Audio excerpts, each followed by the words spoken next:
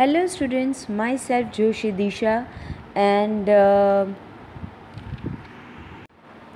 I welcome you on behalf of Sri Shivsha College of Commerce, Management and Computer Education, and it is managed by Jain Citizens Education Society. So, corporate finance, correct? In that we are studying unit number 1, and recently we had completed payback period method. And as stated above, today we are going to start discounted cash flow method or time adjusted technique, right? So recently we had completed payback period method, and today we are going to start this discounted cash flow method. So let us begin, students. The discounted cash flow technique is an improvement on payback period method. It takes into account both the interest factor as well as the return after the payback period. The method involves 3 stages. તો આપણે પેબેક પીરિયડમાં જોયું હતું એના merits અને ડીમેરિટ્સ હતા. એમાં ડીમેરિટ્સમાં એવું હતું કે ભાઈ ઇન્ટરેસ્ટ ફેક્ટર એ લોકો બહુ કન્સિડર કરતા નહોતા પેબેક પીરિયડ મેથડમાં. અધરવાઇઝ અમુક 2-3 એવી સિચ્યુએશન્સ હતી કે એ અકોર્ડિંગ જોવા જઈએ તો payback method was the best. But return factor જોવા જઈએ કે પછી ઇન્ટરેસ્ટ ફેક્ટર જોવા જઈએ તો એ પેબેક પીરિયડમાં મિસિંગ હતું. હવે ડિસ્કાઉન્ટેડ કેશ ફ્લો મેથડમાં એ વસ્તુ મિસિંગ નથી, એની ભરપાઈ અહીંયા થઈ જાય છે કે return factor as well as interest factor એ લોકો કન્સિડર કરે છે, બરાબર, કે જે પેબેક પીરિયડમાં થતું નહોતું. And this method involves 3 stages. 3 સ્ટેજીસમાં મેથડ છે એ જનરલી ઇન્વોલ્વડ છે. તો number 1 is calculation of cash flows, બરાબર. First step is calculation of cash flows, that is both inflows and outflows, preferably after tax. Tax પછીની વાત છે, calculation છે of both cash inflows and outflows over the full life of the asset. Correct. Number 2 is discounting the cash flow, so calculated by a discount factor. Here you are given a discount factor and according to it cash flows calculations are made.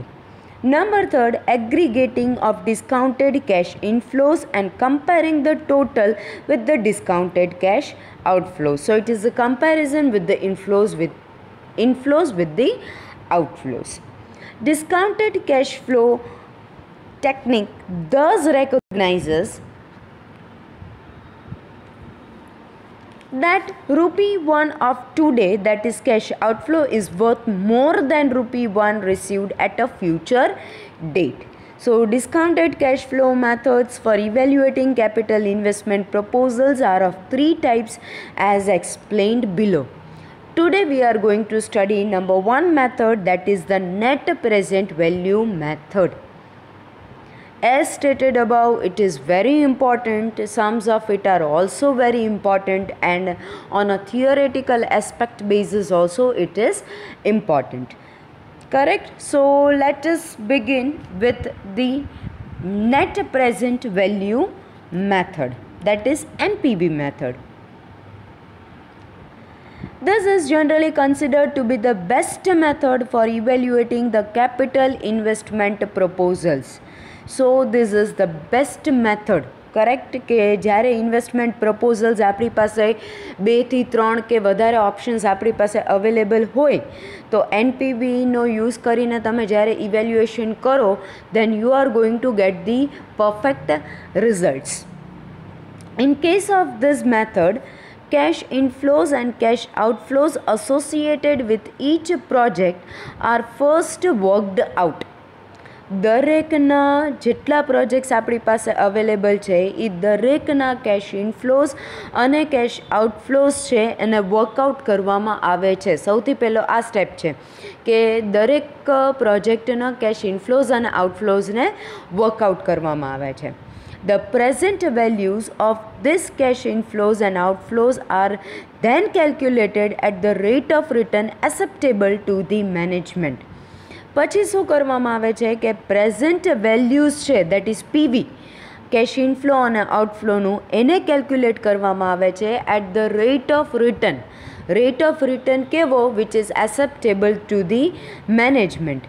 And this rate of return is considered as the cut-off rate and is generally determined on the basis of cost of capital suitably adjusted to allow for the risk element involved in the project at various points of time. Cut off rate જે આપણે પહેલાં already concept ભણી ચૂક્યા છીએ કે what actually cut off rate is, બરાબર. તો cut off rate સાથે કેશ ઇનફ્લોઝ અને આઉટફ્લોઝનું કેલ્ક્યુલેશન કરવામાં આવે છે, રિસ્ક એલિમેન્ટને કન્સિડર કરવામાં આવે છે. The working capital is taken as a cash outflow in the year the project starts commercial production. જ્યારથી કમર્શિયલ પ્રોડક્શન સ્ટાર્ટ કરવામાં આવે ત્યારથી વર્કિંગ કેપિટલને એઝ એન આઉટફ્લો તરીકે કન્સિડર કરવામાં આવે છે. ઓબ્વિયસલી વર્કિંગ કેપિટલ છે that we all know are day to day transactions, cash transactions, બરાબર. એટલે કાઇન્ડ ઓફ એક્સપેન્સીસ છે. તો એને કમર્શિયલ પ્રોડક્શન સ્ટાર્ટ થાય ત્યારથી એ વસ્તુને વર્કિંગ કેપિટલને એ લોકો આઉટફ્લો તરીકે કન્સિડર કરે છે. Profit after tax, profit after tax but before depreciation represents cash inflows. હવે cash inflows કોને કહેવાય? તો profit after tax, tax પછી but before depreciation, correct, that represents cash inflows. The net present value is the difference between the total present value of future cash inflows and the total present value of future cash outflows. So net present value is the difference between, it is the difference between the total present value of future cash inflows and the total present value of future cash outflows, correct. So this is all about NPV.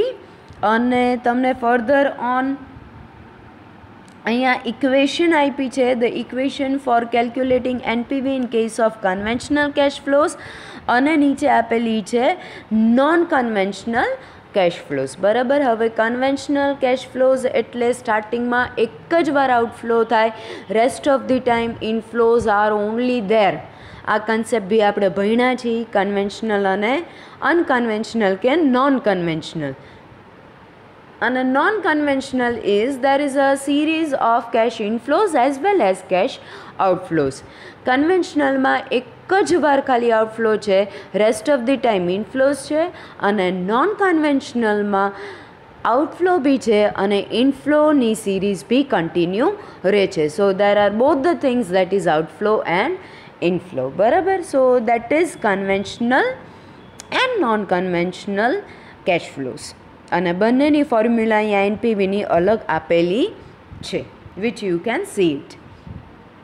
હવે where NPV is net present value, R એટલે cash inflows at the different time periods, K means cost of capital or cut off rate, I is cash outflows at different time periods. તો જે બી આપણને ફોર્મ્યુલામાં આપેલું છે એનું further અહીંયા ડિટેલમાં એ લોકો એક્સપ્લેન કર્યું છે કે what actually what is. Now accept or reject criteria, બરાબર. ક્યારે એક્સેપ્ટ કરવું, આપણે બધું એનાલિસિસ કરીએ છીએ, ફોર્મ્યુલામાં મૂકીએ છીએ, દેટ્સ ગ્રેટ. પણ ક્યારે કોઈ પણ પ્રોજેક્ટને એક્સેપ્ટ કરવો અને ક્યારે કોઈ પણ કયા પ્રોજેક્ટને રિજેક્ટ કરવો, that we will come to know by knowing this accept or reject criteria. So accept or reject criterion, the net present value can be used as an accept or reject criterion in case the NPV is positive, that is present value of cash inflows is more than the present value of cash outflows. જ્યારે PV inflow વધારે હોય PV outflow કરતાં, obviously જ્યારે ઇનફ્લોઝ છે એ વધારે છે આઉટફ્લોઝ કરતાં, ત્યારે આપણે પ્રોજેક્ટ છે એને એક્સેપ્ટ કરવાનો છે. The project should be accepted, બરાબર. However if the NPV is negative, જ્યારે NPV નેગેટિવ હોય that is present value of cash inflows is less than present value of cash outflows. એટલે આઉટફ્લો છે એ વધારે છે ઇનફ્લો કરતાં. એવા ટાઈમે આપણે જોશું કે NPV છે એ નેગેટિવ થઈ જાય. તો at that time we are going to reject the project. એવા ટાઈમે આપણે પ્રોજેક્ટને રિજેક્ટ કરવાનો છે. Symbolically the accept or reject criterion can be put as follows. હવે NPV ગ્રેટર દેન 0 હોય, જ્યારે NPV ગ્રેટર દેન 0 છે ત્યારે એક્સેપ્ટ ધ પ્રપોઝલ. જ્યારે NPV is less than 0 at that time reject the proposal. when PV is greater than C, accept the proposal, and when PV is less than C, then reject the proposal. PV stands for present value of cash inflows and C for present value of cash outflows or cash outlays. બરાબર. તો આ બધા એવા criteria છે કે જેના basis ઉપર we can come to નો કે ક્યારે આપણે NPV થ્રુ કેલ્ક્યુલેશન કર્યું હોય તો પ્રોજેક્ટને સિલેક્ટ કરવો ઓર એલ્સ રિજેક્ટ કરવો. Correct. So that is all about a theoretical aspect of NPV, that is net present value method. In the next session we are going to continue with the examples of net present value method. So thank you students.